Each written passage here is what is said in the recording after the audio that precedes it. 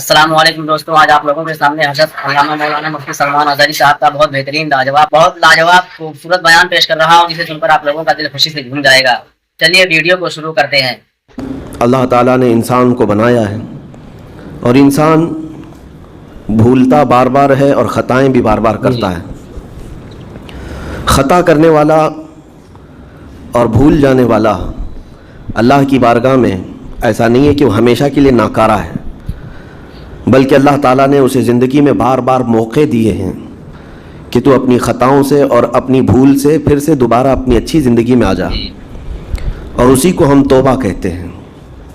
توبہ کا جو آپشن رکھا گیا ہے انسانوں کے لیے، مسلمانوں کے لیے خاص طور پر، بہت ہمت والا ہے، دروازہ ہے، بہت ہمت والا دروازہ ہے۔ اور اسی وجہ سے حدیث پاک میں یہ ہے کہ گناہ کرتا ہے بندہ، پھر توبہ کرتا ہے، پھر گناہ کرتا ہے، پھر توبہ کرتا ہے، یہ کرتا رہتا ہے۔ فرشتے اللہ کی بارگاہ میں عرض کرتے ہیں کہ مولا یہ تو بار بار وہی کرتا ہے، پھر توبہ کرتا ہے۔ اگر ہمارے ساتھ کوئی غلطی ایک بار دو بار کر دے، تیسری بار تو ہم اسے چھوڑیں گے بھی نہیں۔ انسانوں کی طبیعت تو یہی ہے، لیکن بندہ جب بار بار ایک خطا کرتا ہے اور پھر توبہ کرتا ہے، پھر خطا پھر توبہ، تو فرشتے جب اللہ کی بارگاہ میں یہ عرض کرتے ہیں کہ یہ مولا یہ ہر بار یہی کرتا ہے، تو جانتے ہیں پروردگار عالم کیا فرماتا ہے۔ ارشاد فرماتا ہے، اے میرے فرشتوں، میرا بندہ مجھے رحمان سمجھتا ہے، اس لیے بار بار توبہ کرتا ہے، مجھے وہ ارحم الراحمین سمجھتا ہے، ورنہ کون بار بار اللہ تبارک و تعالیٰ کی بارگاہ میں دروازہ کھٹکھٹاتا۔ تو رب تبارک و تعالیٰ ارحم الراحمین ہے، یہ تصور ہر مسلمان کے ذہن میں ہے، اس کی وجہ سے وہ کبھی مایوس نہیں ہوتا۔ اور شیطان کا سب سے بڑا حربہ کیا ہے جانتے ہیں آپ؟ سب سے بڑا بہکانے کا اور گمراہ کرنے کا اور ہمیشہ گناہوں میں ملوث رکھنے کا سب سے بڑا آلہ، کہ بندے کو سب سے پہلے نا امید کرتا ہے، اب تیرا کیا ہوگا، تو بہت برباد ہو چکا ہے۔ یہ جو خیال شیطان ڈالتا ہے دل میں، اس کے بعد پھر وہ بندہ جری ہو جاتا ہے، اب میرے توبہ سے بھی کچھ ہونے والا نہیں ہے، جو جس طرح زندگی چل رہی چلنے دو، ارے 50 سال ہو گئے اب تک میں یہی کرتا رہا، اب کیا سدھروں۔ یہ جو خیالات ہے یہ شیطان ڈالتا ہے تاکہ اس کی کفر پر موت ہو جائے، تاکہ وہ ہمیشہ گناہوں کی موت مرے۔ نا امیدی جو ڈالتا ہے شیطان، اب میرے ساتھ کچھ ہونا نہیں ہے۔ نہیں میرے عزیزو، رحمت عالم صلی اللہ تعالیٰ علیہ وسلم کی بارگاہ میں کیسے کیسے لوگ آئے اور ارحم الراحمین نے ان کی توبہ قبول کی۔ آپ کو ایک بات میں بتاؤں، سیدنا عمر ابن خطاب رضی اللہ تعالیٰ عنہ کا دور ہے، مثنوی شریف میں مولانا روم فرماتے ہیں، جنت البقیع آپ نے سنا ہوگا، قبرستان مدینے کا، مدینے کے قبرستان میں رات کے وقت ایک بوڑھا آدمی 80 سال کا جو بانسری بجاتا تھا اور اسی سے پیسہ کماتا تھا، اس کی بانسری میں بڑی اچھی لے تھی، بڑی سر اچھی تھی، لوگ سنتے تھے اور پیسے دیتے تھے، لیکن بڑھاپے میں جب سانس پھولنے لگ جاتی ہے، ہانپنے لگ جاتا ہے، سانس نہیں ٹھہرتی، تو بانسری کیسے بجتی، اس کی لے ٹوٹ جاتی، لہجے بدل جاتے۔ بوڑھا آدمی، اب اس کی بانسری سننے کو کوئی آتا نہیں تھا اور پیسے ملتے نہیں تھے، تھک ہار کر کے وہ آیا، رات کا وقت تھا، جنت البقیع قبرستان میں، 80 سال کی عمر کا ہو گیا ہے، اس نے بانسری توڑ دی، کہا زندگی بھر جس چیز سے میں کماتا تھا، اب میری سانسوں نے جواب دے دیا، جسم پھولنے لگا ہے، سانس زیادہ آنے لگ گئی ہے، اب میرا کھانا پینا کیسا چلے گا؟ خیر ارحم الراحمین، ہوں تو تیرا ہی بندہ، میرے اہل و عیال نہیں، میرے رشتہ دار نہیں، مجھے اگر تو بھوکا مارنا ہے تو اسی قبرستان میں مار دے، یا اگر میری زندگی باقی ہے تو میرے رزق کا انتظام کر دے۔ وہ رو رہا تھا 80 سال کی عمر میں۔ جب بندہ لاچار و مجبور ہوتا ہے تو پروردگار کو ہی یاد کرتا ہے۔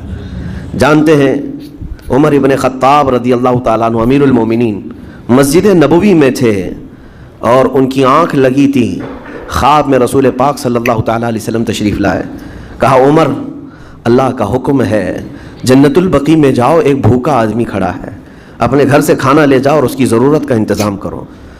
نیند کھلی تو آپ نے دیکھا اللہ کے حبیب صلی اللہ علیہ وسلم کی طرف سے حکم آیا اور رب ذوالجلال کا حکم ہے، گھر سے عمدہ کھانا لیا، توشادان لے کر کے، کچھ مال و متاع بھی لے کر قبرستان میں گئے، ڈھونڈا کون ہے یہاں پر، تو دیکھا کہ ایک ہانپتا کانپتا ہوا 80 سال کا بوڑھا روتا ہوا نظر آیا۔ امیر المومنین اپنے ہاتھ میں توشادان لے کر اس کے قریب گئے، کہا تو بھوکا ہے؟ کہا ہاں بھوکا ہوں، بیٹھ چل میں تجھے کھلاتا ہوں۔ دسترخوان بچھا کر اسے اپنے ہاتھوں سے کھلایا اور اسے اپنی ضرورت کے مطابق جو ضروریات تھیں اس کی ضرورت کے مطابق وہ ساری چیزیں دی۔ وہ بوڑھا پوچھتا ہے آپ کون ہیں؟ حضرت عمر فاروق نے کہا میں عمر ابن خطاب ہوں. وہ ڈر گیا. حضرت عمر سے کون نہیں ڈرتا تھا کہ کہیں یہ کھلا پلا کر کے مجھے کوڑے نہ مارے کہ زندگی بھر بانسری بجانے والا آج پکڑا گیا ہے, ہاں آج مجھے یہ سزا نہ دے دے. وہ کانپنے لگا. کہا کہ آپ یہاں کیسے؟ حضرت امیر المومنین کہتے ہیں میں خود نہیں آیا, مجھے اللہ کے رسول نے بھیجا, اور رب تبارک و تعالیٰ کا حکم آیا تھا کہ تو بھوکا ہے اور تو نے رزق مانگا ہے اور مجھے تیرے رزق دے کر کے بھیجا گیا ہے. وہ چیخ مار کر کے گر پڑا زمین پر اور رونے لگا, اپنے ہاتھ پھیلا کر کہا سچ فرمایا مولا تو ارحم الراحمین ہے. 80 سال تجھ سے دور بھاگتا رہا, ایک بار کیا تجھے میں نے پکارا, تو نے وقت کے امیر المومنین کو کھانا دے کر بھیج دیا. اللہ رب العزت کی بارگاہ میں نا امیدی اور مایوسی جو شیطان لاتا ہے اس سے بندے بھٹک جاتے ہیں, بہک جاتے ہیں, انہیں توبہ کی توفیق بھی نہیں ملتی. اسی لیے میرا مولا فرماتا انا عند ظن عبدی بی. رب تعالیٰ فرماتا میرا بندہ میرے بارے میں جیسا گمان کرتا ہے میں اس کے ساتھ ویسا سلوک کرتا ہوں. تم کیا گمان کرتے ہو؟ وہ سخت پکڑ کرے گا, ابھی مار ڈالے گا. وہ غفار ہے, قہار ہے, جبار ہے, لیکن ساتھ میں وہ ستار بھی ہے, وہ رحمان بھی ہے, رحیم بھی ہے.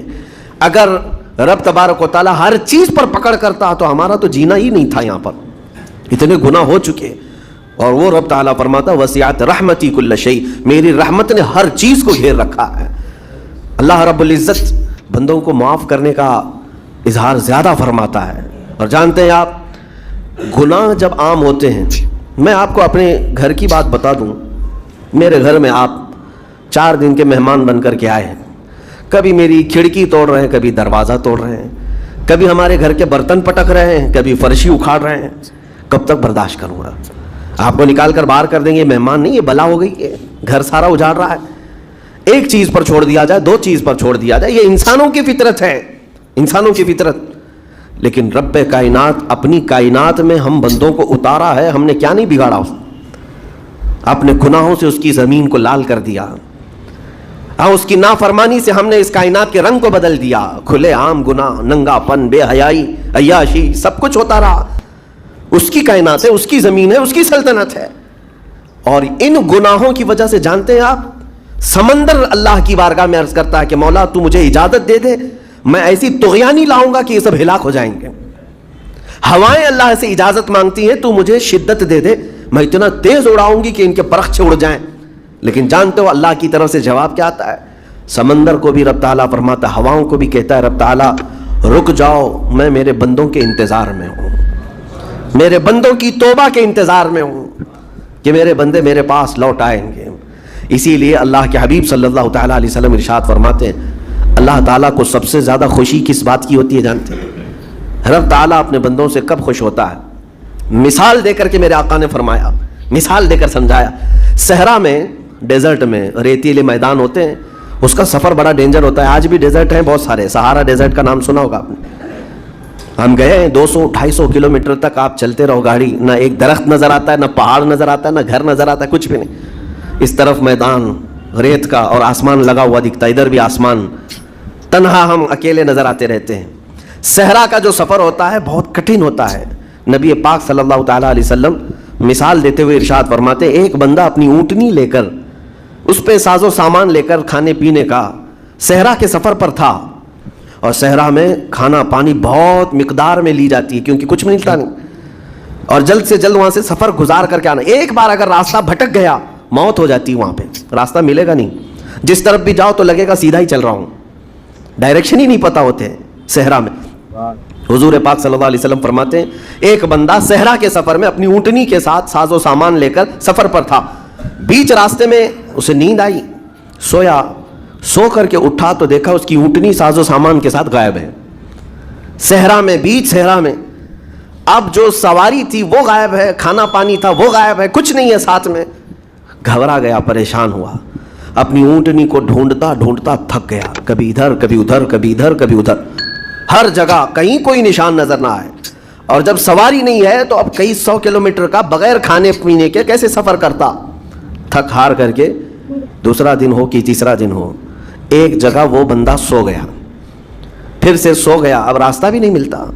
سویا تو نیند سے اٹھا جب تو دیکھا اس کی اونٹنی بھی موجود ہے, اس کا ساز و سامان بھی ہے. یہ مثال ہے. یہ مثال ہے. میرے آقا صلی اللہ علیہ وسلم صحابہ سے اب پوچھتے ہیں, اے میرے صحابہ بتاؤ اس بندے کو جو صحرا میں گمشدہ اونٹنی جس کی مل جائے اسے خوشی کتنی ہوگی؟ صحابہ کہتے ہیں یا رسول اللہ اس کی تو جان میں جان آ گئی ہوگی, کیونکہ وہ جانتے تھے صحرا کا سفر کیا ہوتا ہے. کہا سب سے زیادہ اسے خوشی ہوگی کہ اس کا کھویا ہوا سامان مل گیا, کھوئی ہوئی سواری مل گئی. میرے آقا صلی اللہ علیہ وسلم فرماتے ہیں گمشدہ اونٹنی کے ملنے پر جیسے اس مسافر کو خوشی ہوئی, اس سے کئی زیادہ بڑھ کر کے رب تعالیٰ کو اس وقت خوشی ہوتی ہے جب ایک گنہگار بندہ واپس توبہ کر کے اس کی بارگاہ میں آتا سبحان ہے. اللہ. رب تعالیٰ کی بارگاہ میں جب بندہ پلٹ کر کے آتا ہے, رب تعالیٰ فرشتوں پر اس بندے کو دکھا کر رشک کرتا ہے, ارشاد فرماتا ہے میرا بندہ میرے پاس آ گیا, میرا بندہ میرے پاس آ. دوستوں یہ تھے حضرت علامہ مولانا مفتی سلمان اظہری صاحب جنہوں نے بتایا آپ لوگوں کو توبہ کرنا کیسا ہے, جسے سن کر آپ لوگوں کا دل خوشی سے چل گیا ہوگا. اور ویڈیو اچھی لگی تو ہمارے چینل کو سبسکرائب کرتے اوپر والی گھنٹی کو ضرور دبائیں, اور پوری ویڈیو دیکھنے کے بعد لائک کمنٹ ضرور کیا کریں, اس سے ہماری ویڈیو کو خوش ملتا ہے اور تیزی سے آگے بڑھتی ہے.